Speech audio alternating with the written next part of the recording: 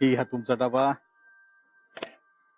ही काका तुमचा, ही तुझा घे रे काका, तुमचा बी घ्या, आहे काका तुमचा.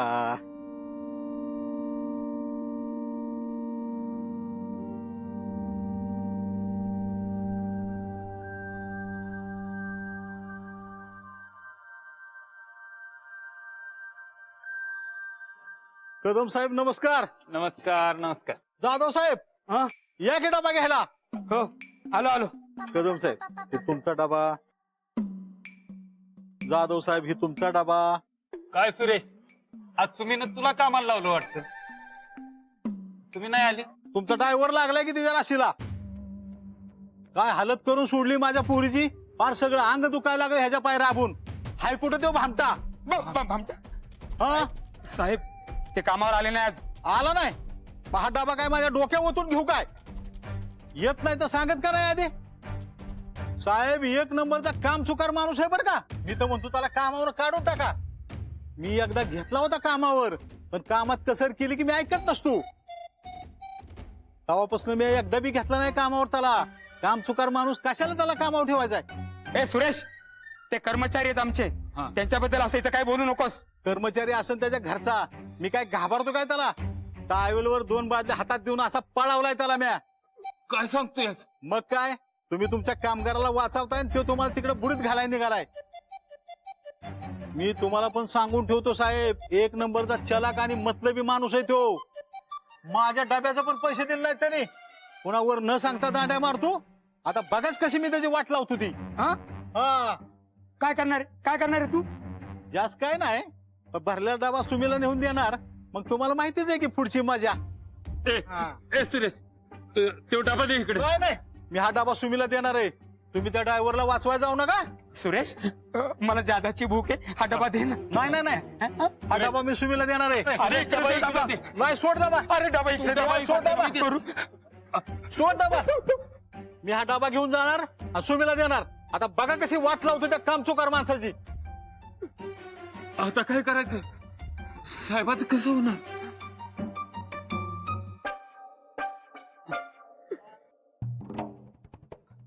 हा बाप आणि त्याची ती पोरगी आपल्या साहेबांचा बाजा वाजवणार आणि आपल्या दोघांची पिपाणी फार वाट लागली. वाट लावणार.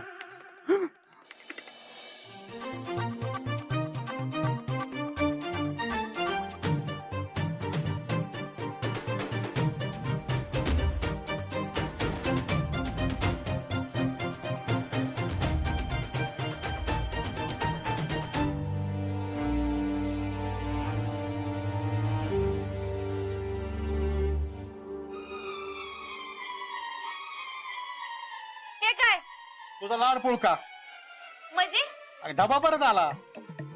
कसला कुणाचा. आता न सांगता कामाला दांडी मारून जाणार दुसरा कोण. कामचुकार माणूस तुझा ड्रायव्हर. तिकडे त्या जाधव साहेबाला पण नाही सांगितलं. बिचाराचं काम करून करून हाल चालल्यात. त्यावेळेला दांडी मारली न सांगता. नाहीतर काय, तुझ्या आजचं जेवण खाऊन खाऊन त्याला लय जोर चढलाय. आता काय हो डबा, गड पैसे नाही काय नाही. आपण खाल्ल्याला काय वाईट आहे. पैसे काय नाहीत, त्या बिचाराची अडचण आहे म्हणून मी त्याला उधारी ठेवलंय. बिचारा, अगं तिकडे कारखान्यावर काम आडले आणि इकडे आपलं जेवण वाया. कसला बिचारा. जाधव साहेब काम करून मेलं तिकडे कारखान्यावर.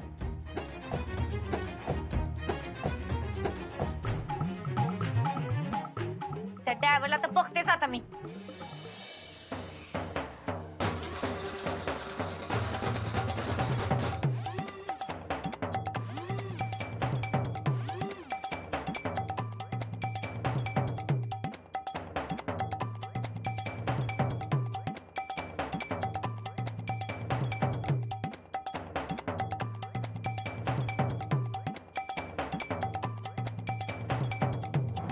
दमानी सावकाश सावकाश सावकाश सावकाश. हा येऊ दे माझ्याकडे, येऊ दे माझ्याकडे, येऊ दे येऊ दे येऊ दे. हा बस ठेवा. शब्बास. आता जा तिकडनं. हा दार लावून घे, दार लावून घे. ताई, तू सांगितल्याप्रमाणे सगळं काम एकदम व्यवस्थितशीरपणे केले. अरे वा नरसू, हे बघ,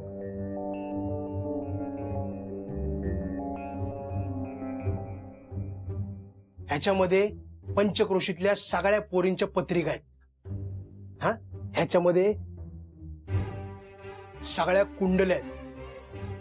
आणि ह्याच्यात जर आपली मिसेस मुख्यमंत्री नाही मिळाली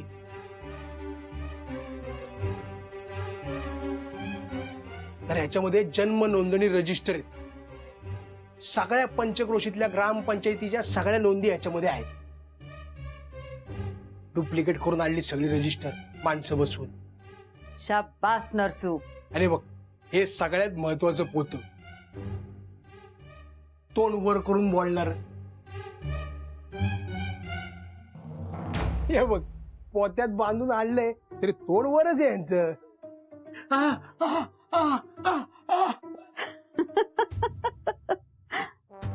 वेलकम गुरुजी. हो, बसा. बोबलायचं नाही. मी सांगितलं होतं खरं, जास्त मारू नका. लय मारलेलं दिसतंय. मारलं नाही. मग असल्या बेकार टेम्पोतून आणलं. रस्त्यावर हे असले खड्डे, पार पाठीची पानं खिळखिळ झाली. तो काळजी करू नका. आमचे समरसाहेब मुख्यमंत्री झाले ना, सगळी रस्त्यांची कामं अगदी व्यवस्थितशीर होतील. काय काळजी करू नका. म्हणजे तुम्हाला किडनॅप व्हायला पण प्रॉब्लेम येणार नाही. मला किडनॅप केले ह्या संख्ये गुरुजींना? नाही, जेवायला बोलवले. वाढू ताट. किडनॅप केलंय तुम्हाला. हे बघा, तुम्ही फार मोठा गुन्हा करताय. अहो, तो तुम्ही आधीच केलाय पानाचं गणित सांगून. आणि सगळ्यात मोठा गुन्हा म्हणजे ताई मॅडमला वर तोंड करून बोललाय तो. मला आत्ता का आणलंय? आमचे समरसिंग मुख्यमंत्री झालेच पाहिजेत. आपण मी त्यावर उपाय सांगितलाय ना. जोर मुलीचं पान जुळत नाही तोपर्यंत तुमच्या मुलाची रमी बसणार नाही. मला आत्ता का उचललंय? तेच पान जुळवायला. म्हणजे ती पोरगी शोधून द्यायची. मी दिली आदर्श पत्रिका आणि ती कशी असावी हे पण सांगितलंय. हे सगळं झालं हो बघून. आता तुम्ही एक काम करायचं. आता या पत्रिका बघायच्या आणि याच्यात जर ती पत्रिका मिळाली नाही तर ही नाव नोंदणी रजिस्टर आहेत, त्यातनं पोरींची नावं काढायची, त्यांच्या पत्रिका तयार करायच्या आणि त्या बघायच्या आणि जुळवून द्यायच्या. काय? नाही, मला हे शक्य नाही. मग तुमचं सुटणं पण शक्य नाही. म्हणजे तू अर्धवट सोल्युशन दिलंस. मला पूर्ण सोल्युशन पाहिजे. जोवर ती मुलगी मिळत नाही तोपर्यंत तुझी इथनं सुटका नाही. Got it? अहो पण ती मुलगी कुठे आहे आमची मिसेस मुख्यमंत्री? बबन, तू आधी आतमध्ये जा. हा, तुम्ही मला तोफाच्या तोंडी बांधा. अरे पण सुमी माझ्यावर चिडले, तू काहीच केलेलं नाहीयेस. अहो, पण वाद पेटलेला तोफमोर कुणी बी बांधा. तिला सगळी सारखीच, गनिमा असू द्या नाही तर दोस्त, तिच्यावर काय सुद्धा फरक पडत नाही. तेही खरंच आहे म्हणा. वाटतं दोघांचीही लागणार आहे. चल एकत्रच जाऊ. चल.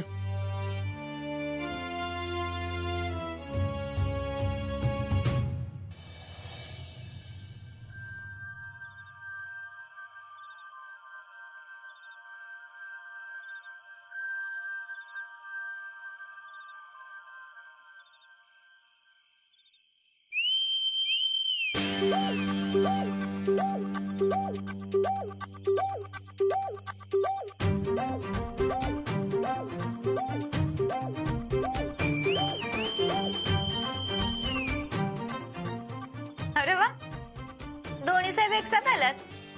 काय काय देवा लावलं आज? अगं भरपूर काम होतं आज आणि इतकं काम होतं की अंग पण दुखायला लागलं आता. माझा पण पाय दुखते ती पळून पळून. ड्रायव्हर, कुठं होतास दिवसभर? कारखान्यावर. कारखान्या?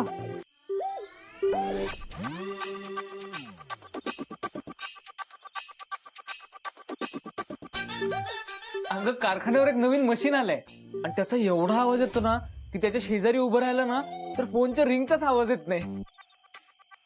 आणि फोनच्या रिंगचा पण आवाज किती बारीक आहे.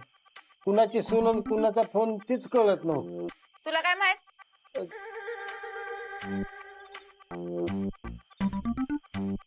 कळलं.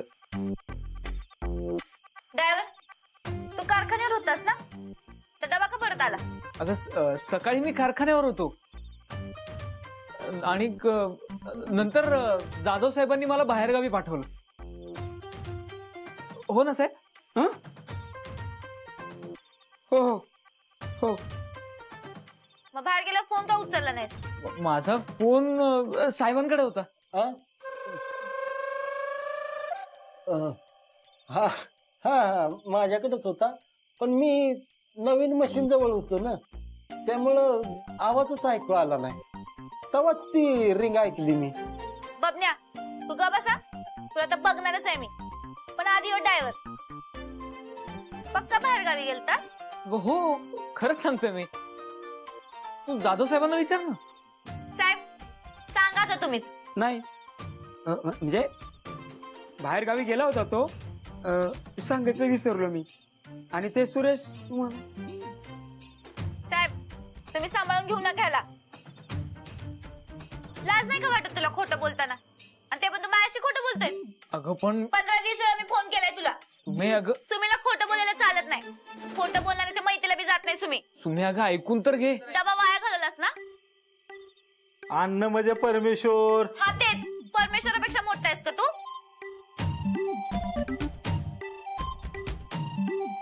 सुमे अगं आज माझं अंग खरंच खूप दुखत होतं. माझं बी अंग दुखत होतं. तरी बी मी भाजी निवडली, तांदूळ निवडले, लसूण सोलला, कांदा कापला. काला मी कापला सुमे. हा तेच, पण जेवण तर मीच बनवलं ना. सुमे अगं खरंच सांगतोय मी, मला आज उठताही येत नव्हतं बेडवर, म्हणजे गादीवरून. ड्रायव्हर उगा आता काय पण खोटं सांगू नका सा. अगं खोटं नाही, खरंच सांगतोय मी. तुझं खरं खोटं कळलंय मला. अगं सुमे, जेवणाच्या वेळी कशाला भांडताय? आणि जेवणाच्या टायमाला खोटं बोलते ते चालतं का? अरे यार कसं सांगू तुला, आज माझं खरंच अंग दुखत होतं म्हणून. मला काय सांगू नकास.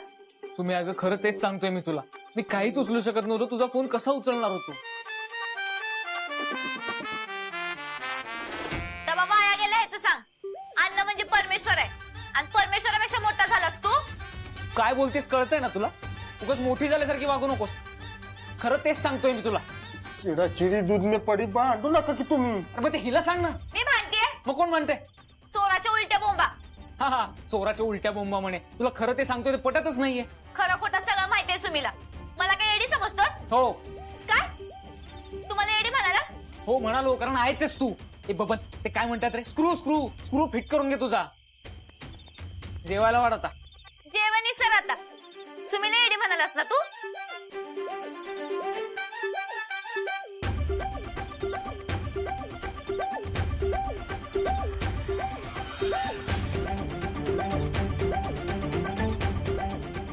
मी एडी तर कशाला दिलास मला? ठेव तुला. अगे तुझा फोनही नकोय मला.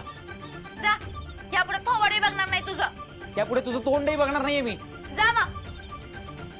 कट्टी फू.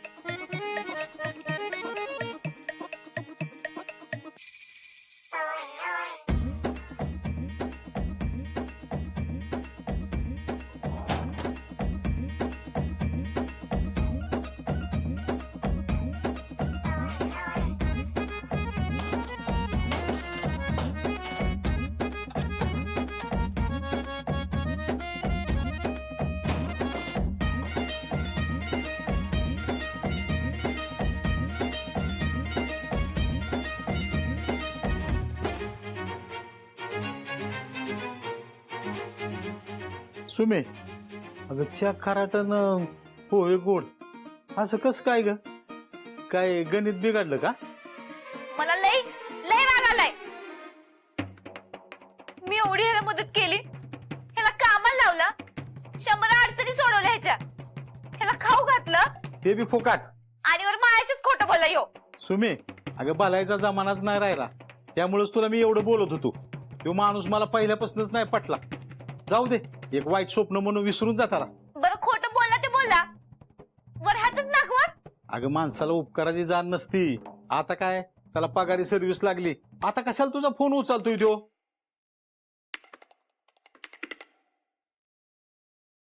सुरेश चहा आहे का? हाय की ते बघ घे.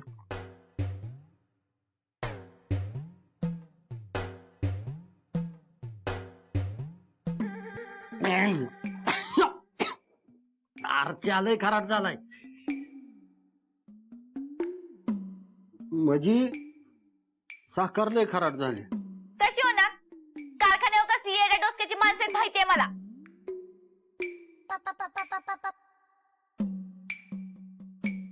सुमीला लय राग आलाय, गोड मानून पी. हो देऊ का? सुमीनं केली ती. हो. मग नको कसा म्हणन मी. बर दे.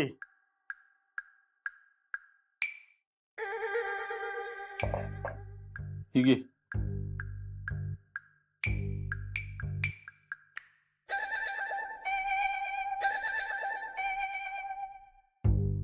तुझ्या त्या ड्रायव्हरने डोकं फिरवलंय सुमीचं. त्याला म्हणा इकडं अजिबात फिरकू नको. बर चालतंय, मी जातो. आता कुठे चाललास? कारखान्यावर जाऊन येतो. साखर गोड करायला सांगतो की.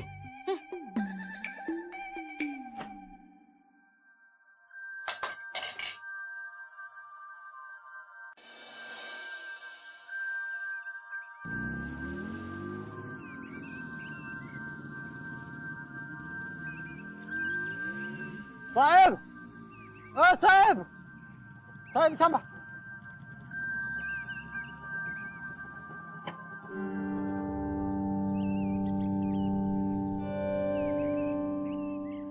साहेब ऐका की, ऐक थांबा की साहेब. साहेब अहो बॉम्ब झाली. काय झालं? कालच्या भांडणावरून सुमी लय खवळले. का? काय म्हणाली ती? घ्या म्हणजे तुम्ही अजून सुमीचा राग बघितलाच नाही म्हणा की.